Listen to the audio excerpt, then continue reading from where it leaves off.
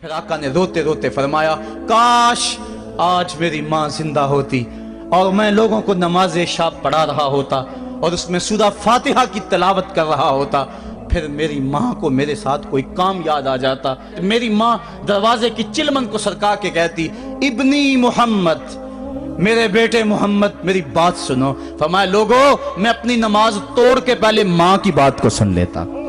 یہ ماں ہے جس کی محبت کو مصطفیٰ کریم نے بھی محسوس کیا ہے۔ اونچی مسندوں پہ بیٹھنے کا وہ مزہ نہیں جو ماں کے قدموں میں بیٹھنے کا مزہ ہے۔ اور وہ کیا کہا تھا خورشید گیلانی نے، وہ کہتا ہے کہ 5 اسٹار ہوٹلوں میں کھانا کھانے میں وہ لطف کہاں جو چولہے پہ پاس بیٹھ کے ماں کے ہاتھوں سے پکی ہوئی چپاتیاں کھانے میں مزہ ہے، اور عالی جناب حضرت صاحب اور اعلیٰ اور بھاری اور بھرکم لفظ سننے میں اور گارڈ آف آنر کا معائنہ کرنے میں وہ لذت کہاں ہے جو ماں کے اوئے ببلو کہنے کے اندر رکھا گیا ہے۔ ماں جب بولتی ہے تو اس کے لہجے میں جبریل بولتا ہے، ماں جب مسکرا کے دیکھ لیتی ہے تو لگتا ہے جنت کی ساری کلیاں کھل اٹھی ہیں۔ ایک شخص نے سین حرم میں اپنی ماں کو اپنے کندھوں پہ سوار کرا کے طواف کروایا اور پھر حضور کی خدمت کے پاس میں حاضر ہوا، عرض کی حضور میں نے کہ اپنی ماں کا حق ادا کر دیا ہے، کہا تو اس کی ایک مسکراہٹ کا بدل نہیں دے سکا۔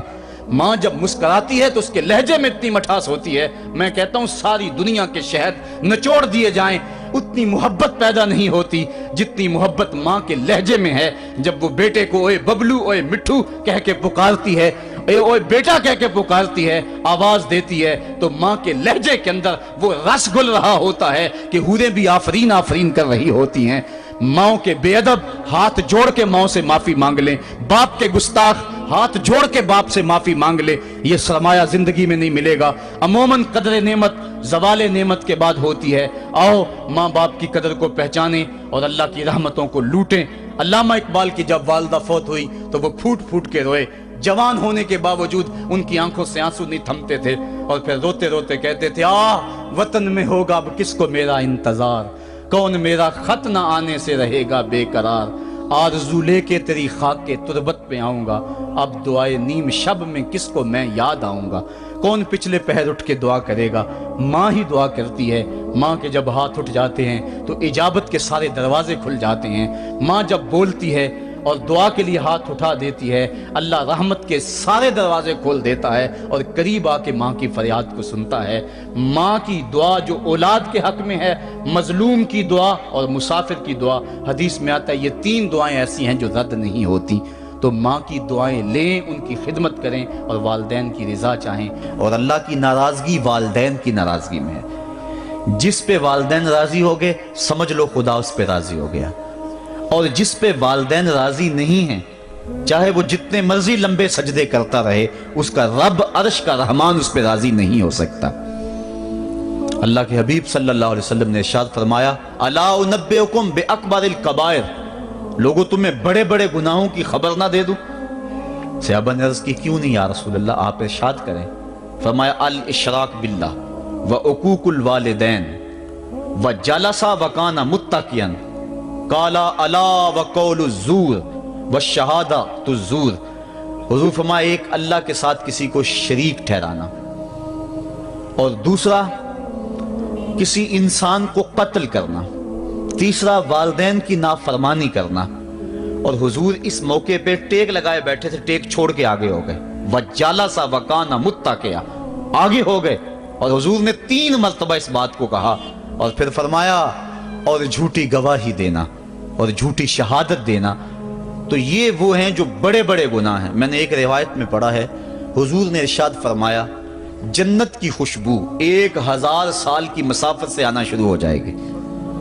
جب لوگ جنت میں جائیں گے تو 1000 سال کی مسافت دور ہی ہوں گے کہ جنت کی خوشبو آنا شروع ہو جائے گی، لیکن 4 اشخاص ہیں جو جنت کی خوشبو نہیں پا سکیں گے۔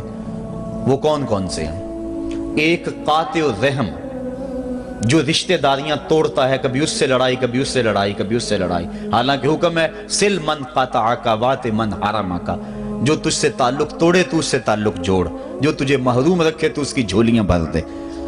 تو جو رشتہ داریوں کو توڑتا ہے، مقدس رشتوں کو پامال کرتا ہے، بلکہ والدین کے حوالے سے یہ بات بھی سن لیں، بعض اوقات والدہ اپنی بہن سے ناراض ہو جاتی ہے، باپ اپنے بھائیوں سے ناراض ہو جاتا ہے، تو اولاد کو کہتا ہے کہ نہ ملنا، اپنے جو ہے وہ چچا تائے سے نہ ملنا، ماں کہتی ہے اپنی خالہ سے نہ ملنا، تو اب کیا حکم ہے، ملیں کہ نہ ملیں؟ تو علماء نے اس پہ گفتگو فرمائی ہے کہ قطع رحمی حرام ہے، اور ماں قطع رحمی کا حکم دے رہی ہے، کہتی ہے، اور بندہ سوچتا ہے، بچہ سوچتا ہے کہ میری خالہ تو میری ماں کے پیچھے، میرے چچا میرے تائے تو میرے باپ کے پیچھے ہیں، جب باپ نہیں ملتا تو میرے کیا لگتے ہیں، جب ماں نہیں ملتی تو خالہ اور ماموں میرے کیا لگتے ہیں؟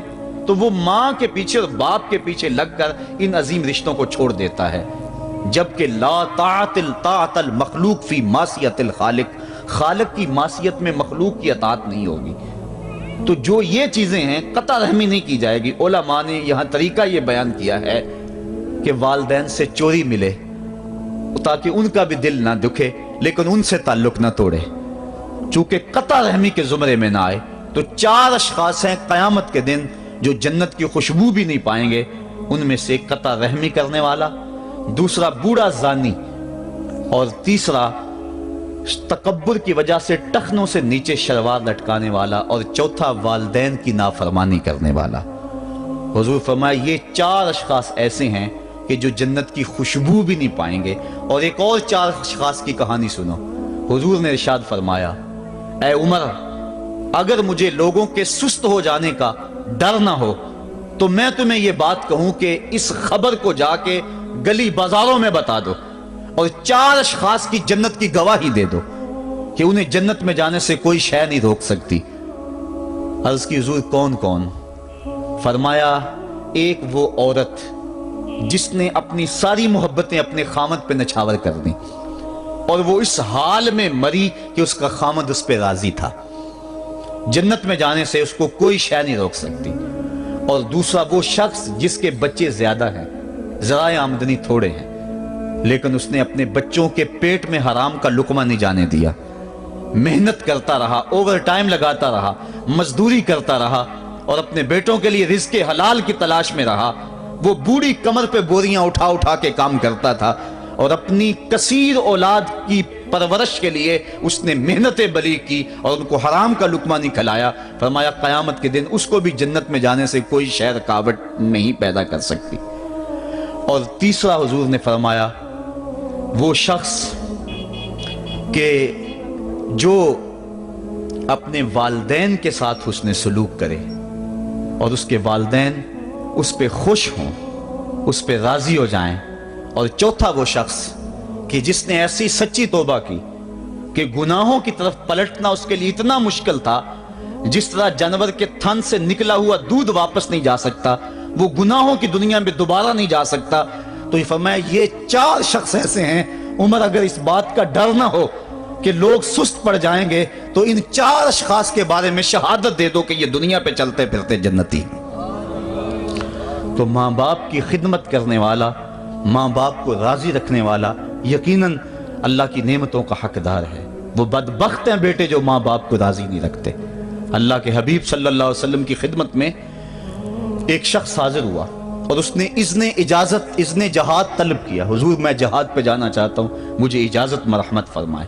حضور نے فرمایا احی والدہ کا، کیا تیرے والدین زندہ ہیں؟ کالا نعم، عرض کی ہاں حضور میرے والدین زندہ ہیں۔ کالا ففیہما فجاہد، کہا جا ان کی خدمت کر، یہی تیرا جہاد ہے۔ ماں باپ کو بلکتا ہوا چھوڑ جائے اور آپ جہاد پہ چلا جائے، ماں فالج میں گری ہوئی ہے اور بیٹا تبلیغی گشت پہ چلا جائے، باپ تڑپ رہا ہے اور بیٹا پیر کی چوکھٹ پہ جھاڑو دیتا پھرے، اللہ راضی نہیں ہوگا۔ میں سچ کہتا ہوں، اپنے بھی خفا مجھ سے ہیں، بیگانے بھی ناخوش، کہ میں زہر حلاحل کو کبھی کہہ نہ سکا کند، بات وہی کہتا ہوں سمجھتا ہوں جسے حق، نئے ابلائی مسجد ہوں نئے تہذیب کا فرزند، محمد عربی صلی اللہ علیہ وسلم سے بڑا پیر کون ہو سکتا ہے؟ لیکن حضرت وہ ویسے کرنی نہیں آ رہے۔ آقا کریم اپنے بٹن کھولتے ہیں اور کرن کی طرف، یمن کی طرف رخ کر کے لمبی سانسیں لیتے ہیں اور کہا میں رحمان کی خوشبو پا رہا ہوں۔ ایک دن صحابہ نے پوچھا بندہ نواز جس کے لیے تڑپتے ہو، جس کی ٹھنڈی ہوائیں آپ کو آ رہی ہیں، وہ آپ کا بڑا پیار کرنے والا ہے؟ کہا ہاں میرے سے بڑی محبت کرتا ہے۔ تو کہا پھر اتنی محبت کرتا ہے تو یمن تو دور نہیں ہے، بلال حبش سے آ گیا، سلمان فارس سے آ گیا، صہیب روم سے آ گیا اور وہ یہاں یمن سے نہیں آ سکا؟ فرمایا اس کی بوڑھی اور نابینا ماں ہے جس کی خدمت اس کو نہیں آنے دیتی۔ اللہ اکبر۔ اب حضرت اویس کرنی نہیں آئے لیکن خیر التابعین کہلائے، آئے نہیں لیکن حضور ان کی یاد میں تڑپ رہے ہیں۔ اللہ، بلکہ حضور نے فرمایا کہ کوئی جائے اویس بن عامر کو ملے، اور جب ملے تو اس کو کہنا میری امت کی بخشش کی دعا کرے۔ جو ماں باپ کی خدمت کرتا ہے اس سے ثابت ہوا اس کی دعائیں قبول ہوتی ہیں۔ میں نے ایک روایت میں پڑھا ہے کہ جو آدمی روزانہ اپنے والدین کے لیے دعا کرے، والدین زندہ ہوں تب بھی، والدین فوت ہو گئے ہوں تب بھی، یہ عادت بنا لے، روزانہ ماں باپ کے لیے دعا کرے، ساری زندگی اس کے رزق میں بے برکتی نہیں آئے گی، اللہ اس کو رزق کی فراوانی عطا کر دے گا۔ اور جو والدین کے لیے دعا نہیں کرتا اللہ تعالیٰ کی رحمتوں سے محروم ہو جاتا ہے۔ حضرت ابو ہریرہ رضی اللہ تعالیٰ عنہ جب بھی ہاتھ اٹھاتے تھے تو یہ دعا کرتے تھے، اللہم اغفر لأبی ہریرہ ولأمی ولمن استغفر لہما، اے اللہ ابو ہریرہ کو بخش دے، حضرت ابو ہریرہ کی ماں کو بخش دے، اور قیامت تک جو ہم دونوں کے لیے بخشش کی دعا کرے اس کو بھی بخش دے۔ حضرت امام محمد بن سیرین ایک بزرگ ہوئے تابعی، جب بھی دعا کرتے تھے یہ دعا ضرور کرتے تھے، اے اللہ ابو ہریرہ کی بخشش کر دے۔ کسی نے کہا کہ تمہیں ابو ہریرہ رضی اللہ تعالیٰ نے ان کی ماں سے بڑی ہمدردی ہے؟ کہا ان سے جو ہمدردی ہونی ہے وہ تو ہونی ہے۔ انہوں نے کہا ہوا ہے اللہ ابو ہریرہ اور ان کی ماں کو بخش دے، جو ان کے لیے دعا کرے اس کو بھی بخش دے۔ تو میں دعا کر کے اپنی بخشش پکی کر رہا ہوں۔ تو والدین کے لیے دعا کرنا اللہ کی رحمت کو دعوت دینا ہے۔ تو فرمایا کہ جاؤ اویس بن عامر کو جانا اور جا کے اس کو میری امت کے لیے دعا کا کہنا۔ حضرت سیدنا عمر فاروق حضرت علی المرتضیٰ گئے، جا کے ڈھونڈا، تلاش کیا، اویس بن عامر ملے، حضور کا سلام کہا، بس پھوٹ پھوٹ کے رونے لگے۔ کہا بتاؤ میرے رسول کے لبوں پہ میرا نام کیسے آیا تھا؟ حضور میرا جب تذکرہ کرتے تھے کیسے کرتے تھے؟ یہ درد دیکھا تو بولے کہ کیا آپ اتنی محبت رکھتے ہیں تو پھر ملنے کیوں نہیں آئے حضور کو؟ اتنا جو پیار رکھتے ہیں تو زیارت کرنے کیوں نہیں آئے؟ تو حضرت اویس کرنی نے بات کے رخ کو بدلا، کہا تم نے میرے رسول کو دیکھا؟ تم نے میرے رسول کی زیارت کی ہے؟ کہا ہاں ہم تو صبح و شام وہاں رہے ہیں۔ کہا پھر بتاؤ حضور کے یہ ابرو جڑے ہوئے تھے یا کھلے ہوئے تھے؟ اب دونوں حیران ہو گئے۔ کہا تم نے تو دیکھا، میں نے تو دیکھا نہیں، تم بتاؤ نا، پھر میں تو گیا نہیں، مجھے کہتے ہو گیا نہیں، تم بتاؤ حضور کے ابرو جڑے ہوئے تھے یا کھلے ہوئے تھے؟ حیران ہیں، کہا حضور آپ ہی بتلائیے۔ کہا کوئی دور سے دیکھتا تو جڑے ہوئے نظر آتے، قریب آ کے دیکھتا تو کھلے ہوئے نظر آتے۔ یہ وہ ہے جو ماں کی خدمت کرتا رہا اور حضور کے دربار میں حاضر نہیں ہو سکا، لیکن حاضری اس کی تھی، وہ جہاں بھی تھا وہ نبی کے قرب میں تھا۔ تو اس لیے ماں باپ کی خدمت اتنا بڑا وظیفہ ہے۔ حضرت بایزید بستامی کہتے ہیں میں نے حق معاف کروا لی اپنی ماں سے، کہ ماں تیرے حق ادا کروں یا اللہ کے حق ادا کروں؟ تو مجھے اپنے حق معاف کر دے، میں اللہ سے اپنے حق معاف کروا لیتا ہوں، اپنی اللہ کو راضی کر لیتا ہوں۔ جنگلوں میں گھومتے رہے، 12 سال بیت گئے، ایک دن دوبارہ آئے، بستام کی سمت سے گزرے، خیال آیا چلو ماں کو سلام کر جاؤں۔ تہجد کا وقت تھا، رات کا وقت تھا، دروازے پہ کھڑے رہ گئے کہ میری ماں سوئی ہوگی، میں نے کبھی کوئی خدمت نہیں کی ماں کی، تو اب اٹھا کے تکلیف کیوں دوں؟ ساری رات کھڑے رہے۔ جب تہجد کا وقت گزرا تو نالی سے پانی آیا، سمجھ گئے کہ میری ماں تہجد کے لیے اٹھی ہے، دروازے کے قریب ہو گئے تو ماں نے ہاتھ اٹھا لیے، کہا اللہ میرا بیٹا بایزید تیری طلب میں نکلا ہوا ہے، میں نے اسے اپنے حق معاف کر دیے، تو اس کو اپنا وصال عطا کر دے۔ حضرت بایزید دروازہ کھٹکھٹانے لگے اور ماں کے قدموں میں لپٹ گئے اور رو کے کہنے لگے جس رب کو میں جنگلوں میں تلاش کرتا ہوں وہ تو رب میری ماں کے پاس ہے۔ تو ماں کی دعاؤں میں اللہ کی رضا ہے، ماں راضی ہو جائے تو سمجھ لو خدا راضی ہے۔ اللہ تعالیٰ جل شانہ نے ارشاد فرمایا وَقَضَىٰ رَبُّكَ أَلَّا تَعْبُدُوا إِلَّا إِيَّاهُ، تیرے رب نے یہ طے کر دیا ہے کہ اس کے علاوہ کسی کی پوجا نہیں کرو گے، وَبِالْوَالِدَيْنِ إِحْسَانًا، اور والدین کے ساتھ اس نے سلوک سے پیش آؤ گے۔ اِمَّا يَبْلُغَنَّ عِندَكَ الْكِبَرَ أَحَدُهُمَا أَوْ كِلَاهُمَا فَلَا تَقُل لَّهُمَا أُفٍّ وَلَا تَنْهَرْهُمَا، اگر تیرے پاس دو یا دونوں میں سے ایک بڑھاپے کو پہنچ جائیں تو پھر ان کے سامنے تو نے اف بھی نہیں کہنی اور نہ ان کو جھڑکنا ہے اور ان سے نرم لہجے میں بات کرنی ہے۔ جب ماں باپ جوان ہوں، بچوں کی ضروریات پوری کر رہے ہیں، ان کے تعلیمی اخراجات اور ان کے معاشی سارے معاملات درست کر رہے ہوں تو اس وقت تو والدین کی بچے تعظیم کرتے ہی ہیں۔ امتحان اس وقت شروع ہوتا ہے جب ماں باپ بوڑھے ہو جاتے ہیں اور چلنے پھرنے کی سخت بھی نہیں رہتی، صرف سانس کی ایک ڈوری لٹکی رہتی ہے، اور جس طرح بچہ اپنے بدن سے مکھی بھی نہیں اڑا سکتا تھا، اب یہ حالت ماں باپ پر آ گئی اور بچے کی طرح مزاج چڑچڑا ہو گیا۔ زمانے کے حالات بدل گئے لیکن ماں کی پرانی، باپ کی وہ پرانی روش ہے، وہ اسی انداز میں اسی ڈگر میں بات کرتا ہے۔ یہ آزمائش کے دن ہیں، یہ امتحان کے دن ہے، اب دیکھنا ہے والدین کی اس وقت تعظیم کون کرتا ہے۔ فرمایا اما یبلغن عندک الکبر، اگر تیرے پاس وہ بڑھاپے کو پہنچ جائیں، دونوں پہنچ جائیں یا تیری خوش قسمتی کہ دونوں میں سے ایک پہنچ جائیں یا دونوں پہنچ جائیں، تو پھر ان کی تو نے تعظیم کرنی ہے۔ کیا کیسے تعظیم کرنی ہے؟ فلا تقل لہما اف، تو نے ان کو اف بھی نہیں کہنا۔ حضرت امام فخر الدین رازی کے حوالے سے میں آج ہی صبح یا گزشتہ شب اف کی تشریحات دیکھ رہا تھا، انہوں نے 12-13 اقوال بیان کیے ہیں لیکن 2 قول فرماتے ہیں۔ اف یہ ہے کہ انسان کے بدن کے اوپر جو شفاف رہتا ہو، صاف رہتا ہو، مٹی پڑ جائے، ریت کا ذرہ پڑ جائے تو اس کو پھونک مار کے اس کو ہٹاتا ہے، تو وہ پھونک سے جو آواز پیدا ہوتی ہے اس کو عربی میں اف کہتے ہیں۔ تو پھر اف ہر اس چیز کے لیے منقول ہو گیا جو ناپسندیدہ ہے۔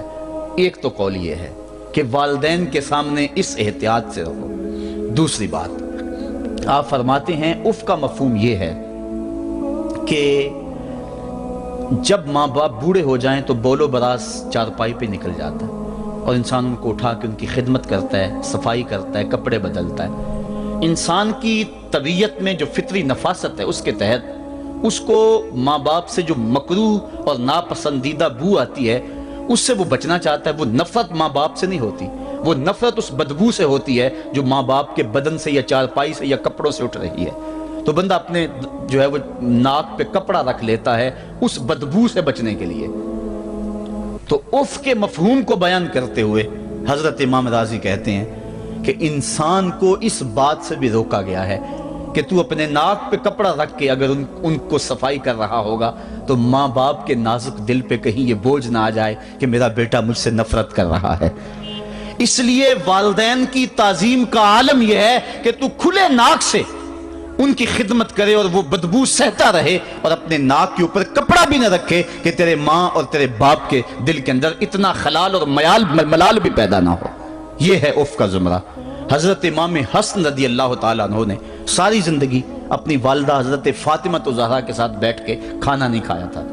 ایک دن حضرت سیدہ فاطمہ نے فرمایا کہ بیٹا میرا جی چاہتا ہے کہ میرے ساتھ تم بیٹھ کے کھانا کھاؤ، لیکن تم نے کبھی بھی میرے ساتھ بیٹھ کے کھانا نہیں کھایا، کیا وجہ ہے اس کی؟ تو حضرت امام حسن فرمانے لگے، عرض کرنے لگے امی میں اس ڈر سے آپ کے پاس بیٹھ کے کھانا نہیں کھاتا کہ کہیں کسی لقمے کی طرف آپ کی نظر بڑھ جائے اور میں عدم آگہی کی وجہ سے اپنے ہاتھ کو اس لقمے پہ ڈال لوں اور نہ جان سکوں کہ اس لقمے کو اٹھانے کا ارادہ میری ماں کے دل میں پیدا ہو چکا ہے اور میں اللہ کی رحمتوں سے محروم ہو جاؤں، اس ڈر سے میں آپ کے ساتھ بیٹھ کے کھانا نہیں کھایا کرتا۔ یعنی ماں باپ کی تعظیم کا عالم یہ ہے، اف تک نہ کہو۔ حضرت سعید بن المسیب رضی اللہ تعالی عنہ جلیل القدر تابعی ہیں، وہ فرماتے ہیں کہ والدین کے سامنے بیٹے کی حالت کیا ہونی چاہیے۔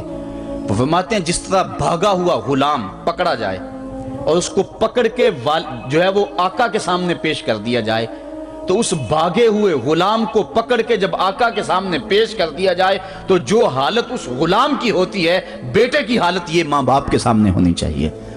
اب ان بیٹوں کو سوچنا چاہیے جو اپنے ماں باپ کو دقیانوسی کا تانا دیتے ہیں اور سمجھتے ہیں یہ اولڈ فیشن ہے، انہیں کیا پتا زمانہ کہاں چلا گیا ہے، اور ان کے فیصلوں کو مسترد کرتے ہیں۔ علماء نے اس بات کو تفصیل کے ساتھ بیان کیا ہے کہ شریعت کے جو قطعی ضابطے ہیں ان ضابطوں اور ان قوانین کو اور ان معاملات میں تو والدین کی فرما برداری نہیں ہوگی اللہ کی اگر معصیت ہوتی ہو، لیکن جو معاملے شک والے ہیں وہاں ماں باپ کے قول کو ترجیح دی جائے۔ تو فرمایا ان کے سامنے اف بھی نہیں کہنی، وَقُلْ لَهُمَا قَوْلًا كَرِيمًا، اور ان سے نرم لہجے میں بات کرنی ہے۔ وَخْفِضْ لہما جناح الذل من الرحمہ، اور ان سے بات اور ان کے لیے اپنے بازو بچھا لینے ہیں نرم دلی کی وجہ سے، نرمی کی وجہ سے۔ جب جانور زمین کی طرف رخ کرتا ہے، اوپر سے نیچے کی طرف آتا ہے تو اپنے پروں کو سکیڑ لیتا ہے، تو اس کے لیے یہ لفظ بولے جاتے ہیں وَخْفِضْ لَهُمَا جَنَاحَ۔ تو اللہ تعالیٰ فرمایا جس طرح وہ جانور عزت سے اپنے بازو سکیڑ لیتا ہے اور پھیلاتا نہیں ہے، والدین کے سامنے تیری اکڑ، تیرا عہدہ، تیرا منصب، تیری شانیں، تو بڑا اونچا ہے، لوگ تجھے سلوٹ کرتے ہیں، تیرے ہاتھ چومتے ہیں، تجھے سلام کرتے ہیں، اونچی کرسیوں پہ تو بیٹھتا ہے، لیکن وہ سب وہاں چھوڑ دے اور ماں کے قدموں میں عاجز بن کے بیٹھ جا، باپ کے قدموں میں عاجز بن کے بیٹھ جا، وہاں اپنی اس کسی چیز کا لحاظ رکھ، پرندہ اوپر کوڑے تو پر کھولے، لیکن جب نیچے آئے تو پروں کو سمیٹ لے، تیرا عہدہ، تیرا منصب باہر رہے، جب ماں باپ کے پاس آئے اس وقت تو مؤدب غلام کی صورت میں اپنے والدین کے سامنے کھڑا۔ وَقُلْ رَبِّ ارْحَمْهُمَا كَمَا رَبَّيَانِ صَغِيرًا، اور اگلا حق یہ بیان فرمایا کہ اللہ کی بارگاہ میں عرض کر رہا ہے اللہ میری ماں پر بھی اور میرے باپ پر بھی رحم فرما دے، جس طرح میں چھوٹا تھا اور میرے اوپر انہوں نے رحم فرمایا۔ انسان ماں باپ کے حق دے نہیں سکتا، حضور نے ارشاد فرمایا کہ انسان ماں باپ کے حق نہیں ادا کر سکتا الا یہ کہ ان کو غلام پائے اور خرید کر آزاد کر دے، اس کے علاوہ کوئی صورت ایسی نہیں ہے۔ ایک شخص نے حضور کی خدمت میں حاضر ہو کے عرض کیا حضور میں اپنے والدین کی بڑی خدمت کی ہے، اس کو امام حقی نے لکھا ہے، اور جن مراحل سے میں گزرتا رہا ہوں ان مراحل سے میرے ماں باپ گزرے ہیں اور میں نے ان کی خود خدمت کی ہے۔ آج بیٹے بیویوں پہ کام چھوڑ دیتے ہیں کہ بیوی خدمت کرے گی۔ احسان دانش کہتا ہے کہ میں نے اپنی بیوی کو ہاتھ نہیں لگانے دیا، میں نے کہا میرے ماں باپ ہے، یہ خدمت اور کوئی حاصل کیوں کرے، یہ تو میں حاصل کروں گا۔ تو ساری خدمت میں نے خود کی، جس طرح انہوں نے نوالے توڑ توڑ کے میرے منہ میں ڈالے میں نے بھی حضور ایسے کیا، جس طرح میرے لیے میری ماں رات جاگتی رہی میں بھی اپنی ماں کے لیے جاگتا رہا۔ جن مراحل سے میرے لیے وہ گزرے تھے اتفاقاً میرے حالات، میرے ماں باپ کے حالات ایسے پیدا ہو گئے کہ میں نے اسی طرح اپنے ماں باپ کی پرورش کی ہے اور میں اپنے ماں باپ کی جو ہے وہ میں نے خدمت کی ہے، تو کیا میں نے اپنی ماں کا، اپنے باپ کا حق ادا کر دیا ہے؟ تو حضور نے ارشاد فرمایا تو نے ایسے ہی خدمت کی ہوگی، لیکن جب تیری خدمت تیری ماں کرتی تھی تو ساتھ ساتھ تیری زندگی کی دعائیں مانگتی تھی، اور جب باپ بوڑھا ہو گیا تھا، ماں بوڑھی ہو گئی تھی، آزاد شل ہو گئے تھے، فالج میں مبتلا تھے، تو ان کے لیے زندگی کی دعائیں تو نہیں مانگتا تھا، تو یہ کہتا تھا اللہ انہیں پردہ دے دے۔ تیری ماں نے تو کبھی تیرے لیے پردہ نہیں مانگا تھا، بیٹا لولا ہو، بیٹا لنگڑا ہو، ماں کبھی نہیں کہتی بیٹے کو ڈاکٹر جواب دے دیں، ماں کبھی نہیں کہتی کہ میرے بیٹے کو اللہ پردہ دے دے، ماں یہی کہتی ہے مالک مجھے لے لے، میرے بیٹے کو زندگی دے دے، میں سب کچھ بیچ دیتی ہوں، اپنا زیور بیچ دیتی ہوں، میرے بیٹے کی صحت بچ جائے، میرے بیٹے کی زندگی بچ جائے۔ ماں کی موجودگی میں کوئی کہہ بھی نہیں سکتا، باپ کے لیے تو کہہ دے، ماں کے لیے تو کہہ دے بڑی تکلیف ہے تیرے باپ کو، بڑی تکلیف ہے تیری ماں کو، اللہ کرے اب پردہ ہی عطا کر دے۔ خود نہیں کہتا تو کسی سے یہ سن سکتا ہے بندہ، لیکن ماں سن سکتی ہے کوئی کہے اللہ تیرے بیٹے کو پردہ دے دے؟ تو فرمایا جب وہ تیری خدمت کرتے تھے تو وہ تیری زندگی کی دعائیں مانگتے تھے، اور جب تو خدمت کرتا تھا تیرے دل میں ان کے پردے کی آرزو تھی۔ فرمایا تو جتنی مرضی خدمت کی ہے، ماں کی خدمت کا بدل کیسے ہو سکتا ہے؟ تو ماں باپ کی خدمت انسان کر ہی نہیں سکتا، تو پھر کیا کرے؟ عرض کرے اللہ میں تو خدمت نہیں کر سکتا، تو ان کے اوپر رحم فرما دے۔ ماں باپ کے لیے دعا کرے، علماء نے یہاں بیان فرمایا ماں کافر ہو تو پھر بھی دعا کرے، باپ کافر ہو تو پھر بھی دعا کرے، مومن ہو تو پھر بھی دعا کرے، گناہگار ہو پھر بھی دعا کرے، نیکوکار ہو پھر بھی دعا کرے، دعا نہ چھوڑے۔ حضرت ابو ہریرہ رضی اللہ تعالیٰ عنہ فرماتے ہیں میری ماں کافرہ تھی اور میں حضور کا غلام، اور ماں ہر وقت اپنی دھن میں اور میں اپنی دھن میں ہوں۔ حضرت ابو ہریرہ کے بھائی کوئی نہیں ہے، باپ فوت ہو گئے ہیں، بہن کوئی نہیں ہے، ابھی شادی بھی نہیں ہوئی، دنیا پہ رشتہ ہی کوئی نہیں سوائے ماں کے، گھر آتے ہیں تو ماں سے بات کرنی ہوتی ہے، جو سن کے آتے ہیں ماں سے وہ دکھ کھولنا ہوتا ہے، بات کرنی ہوتی ہے، حضور کی باتیں سنانی ہوتی ہیں، لیکن ماں ہے اتفاق سے کافرہ ہے، حضور کی بات وہ سننا گوارا نہیں کرتی۔ حضرت ابو ہریرہ کو اور بات آتی کوئی نہیں، وہ تو کرتے ہی حضور کی باتیں۔ ایک دن حضور کی بات چھیڑی، ماں کی زبان سے کوئی جملہ ایسا نکلا جو سخت تھا، گوارا نہ ہوا، چھوڑ دیا گھر کو۔ ماں تیری عظمت کو سلام، لیکن رسول اللہ کے مقابلے میں تیری کوئی شان نہیں ہے۔ گھر سے نکلے، لیکن نکلے تو پاؤں ڈگمگا رہے تھے کہ دنیا پہ ایک ہی رشتہ تھا وہ بھی جاتا رہا۔ چند قدم چلے تو دل میں خیال آیا سارے دکھوں کا جو مداوا کرتا ہے مجھ آقا کی بارگاہ میں یہ دکھڑا کیوں نہ بیان کر دو۔ دریائے رحمت جوش میں تھا، وہ دلوں کی حالتیں بوجھ لینے والے آقا نے پوچھا ابو ہریرہ کیا ہے؟ عرض کی حضور میری ماں کی ہدایت کے لیے دعا کر دو۔ یہ کہا اور پھوٹ پھوٹ کے رونے لگے۔ حضور نے فوراً ہاتھ اٹھا دیے اور مسلم کے لفظ ہیں اللہم اہد ام ابی ہریرہ، اے اللہ ابو ہریرہ کی ماں کو ہدایت عطا کر دے۔ بس یہ بات سنی حضرت ابو ہریرہ کا چہرہ کھل اٹھا، اپنے گھر کو دوڑ لگا دی۔ کوئی رستے میں ملا، کہا ابو ہریرہ اتنی تیز تو تم کبھی نہیں دوڑتے تھے، آج کیا ہوا؟ اتنی تیز تیز کیوں دوڑ رہے ہو؟ کہا آج ہی تو دیکھنا چاہتا ہوں کہ گھر پہلے میں پہنچتا ہوں یا میرے آقا کی دعا پہلے پہنچتی ہے۔ حضرت ابو ہریرہ فرماتے ہیں جب میں گھر پہنچا تو دروازہ بند تھا، میں نے دستک دی، اندر سے آواز آئی بیٹا ٹھہرو میں آتی ہوں۔ کہا اس لہجے کو جان گیا، اس میں محمد کی بولی بول رہی ہے۔ کہا تھوڑی دیر کے بعد میری ماں آئی، تازہ غسل کی وجہ سے اس کے بالوں سے پانی کے قطرے ٹپک رہے تھے اور میری ماں زنجیر کھول رہی تھی، اس کے لبوں پہ شہادت کا کلمہ جاری تھا۔ تو والدین کے لیے مغفرت کی دعا کرتے رہیں، والدین کی بخشش کی دعا کرتے رہیں۔ والدین جب دنیا پہ ہوتے ہیں تو اللہ کی رحمت کا گھنا سایہ ہوتے ہیں، لیکن جب دنیا سے چلے جاتے ہیں ان کی قبر سے بھی فیض ملتا ہے اور سکون اور طمانینت ملتی ہے۔ والدین فوت ہو جائیں تو ان کے حق ختم نہیں ہو جاتے، بلکہ حدیث میں آتا ہے 4 حق ایسے ہیں والدین کے جو مرنے کے بعد بھی اولاد کے ذمہ باقی رہتے ہیں۔ الصلاۃ، ان کے اوپر نماز جنازہ پڑھی جائے۔ دوسرا حق الاستغفار لہم، ان کے لیے بخشش کی دعا کرتے رہی جائے، مسلسل دعا کی جائے بخشش کی ان کے لیے۔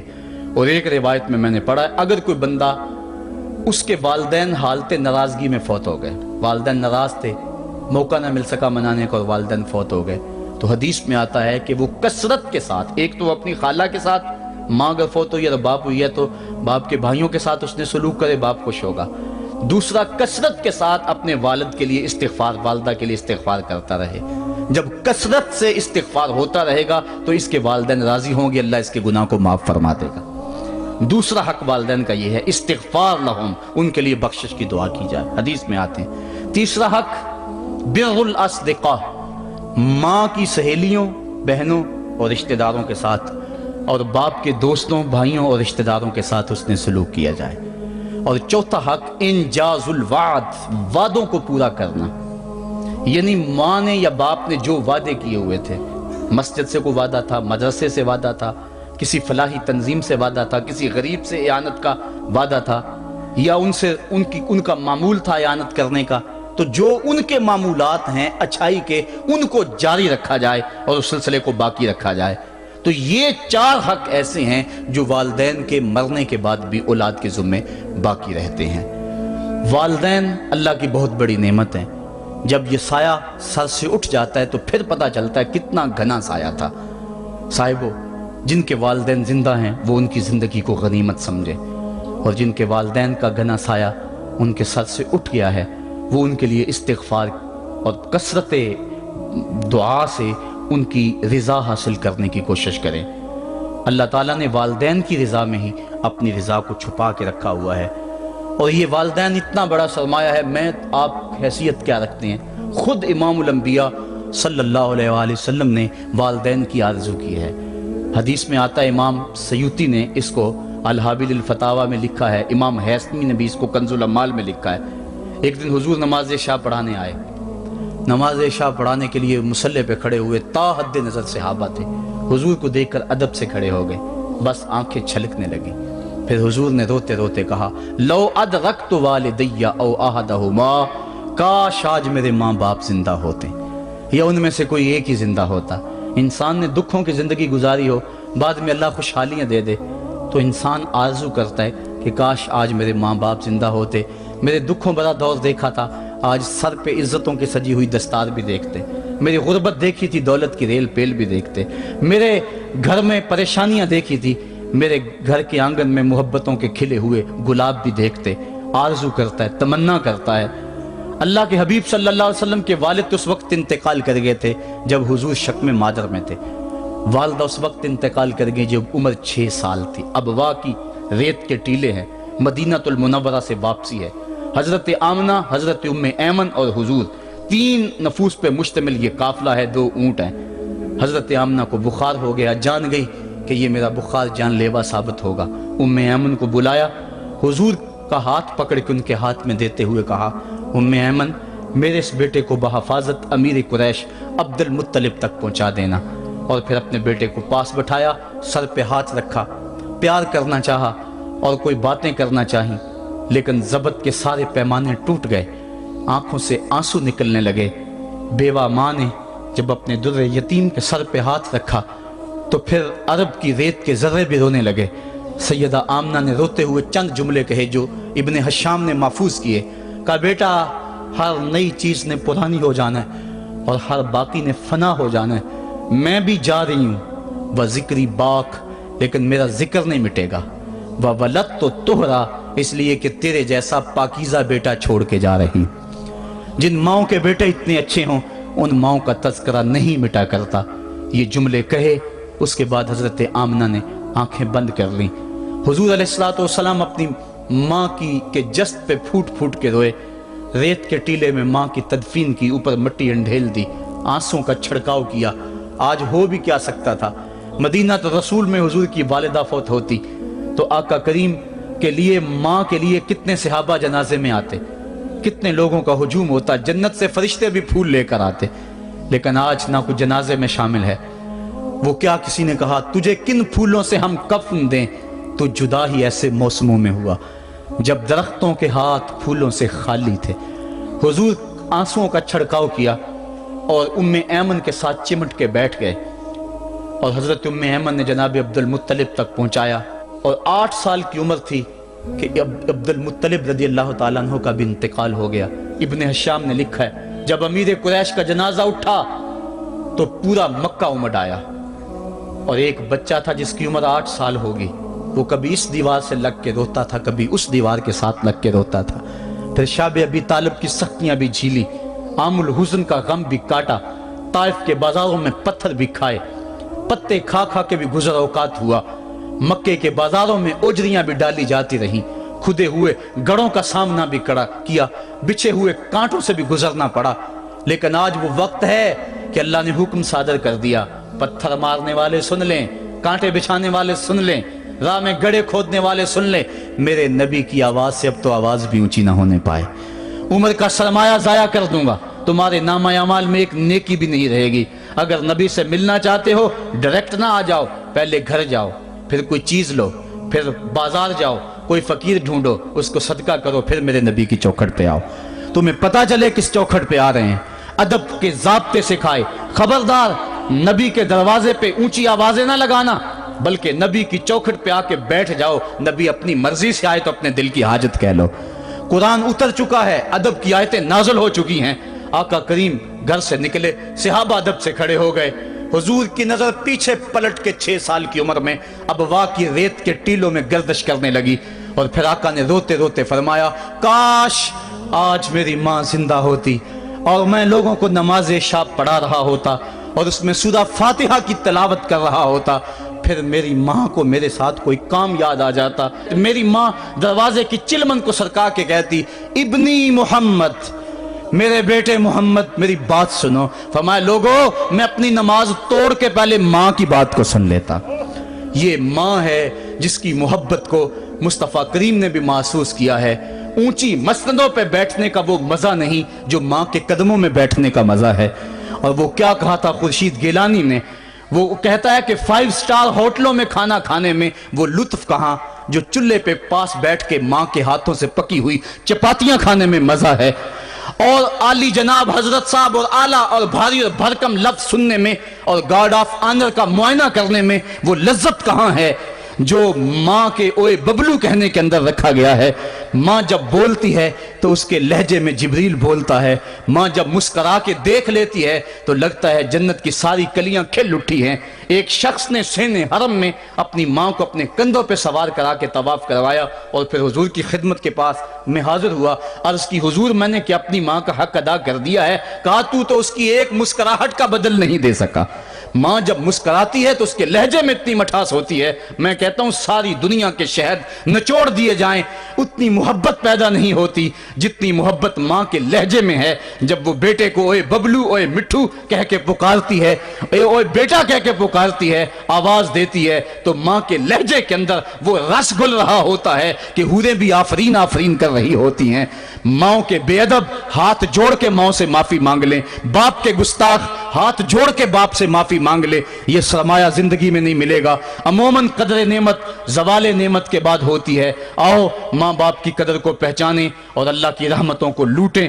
علامہ اقبال کی جب والدہ فوت ہوئی تو وہ پھوٹ پھوٹ کے روئے، جوان ہونے کے باوجود ان کی آنکھوں سے آنسو نہیں تھمتے تھے، اور پھر روتے روتے کہتے تھے وطن میں ہوگا اب کس کو میرا انتظار، کون میرا خط نہ آنے سے رہے گا بے قرار، آرزو لے کے تیری خاک کے تربت پہ آؤں گا، اب دعائے نیم شب میں کس کو میں یاد آؤں گا، کون پچھلے پہر اٹھ کے دعا کرے گا، ماں ہی دعا کرتی ہے۔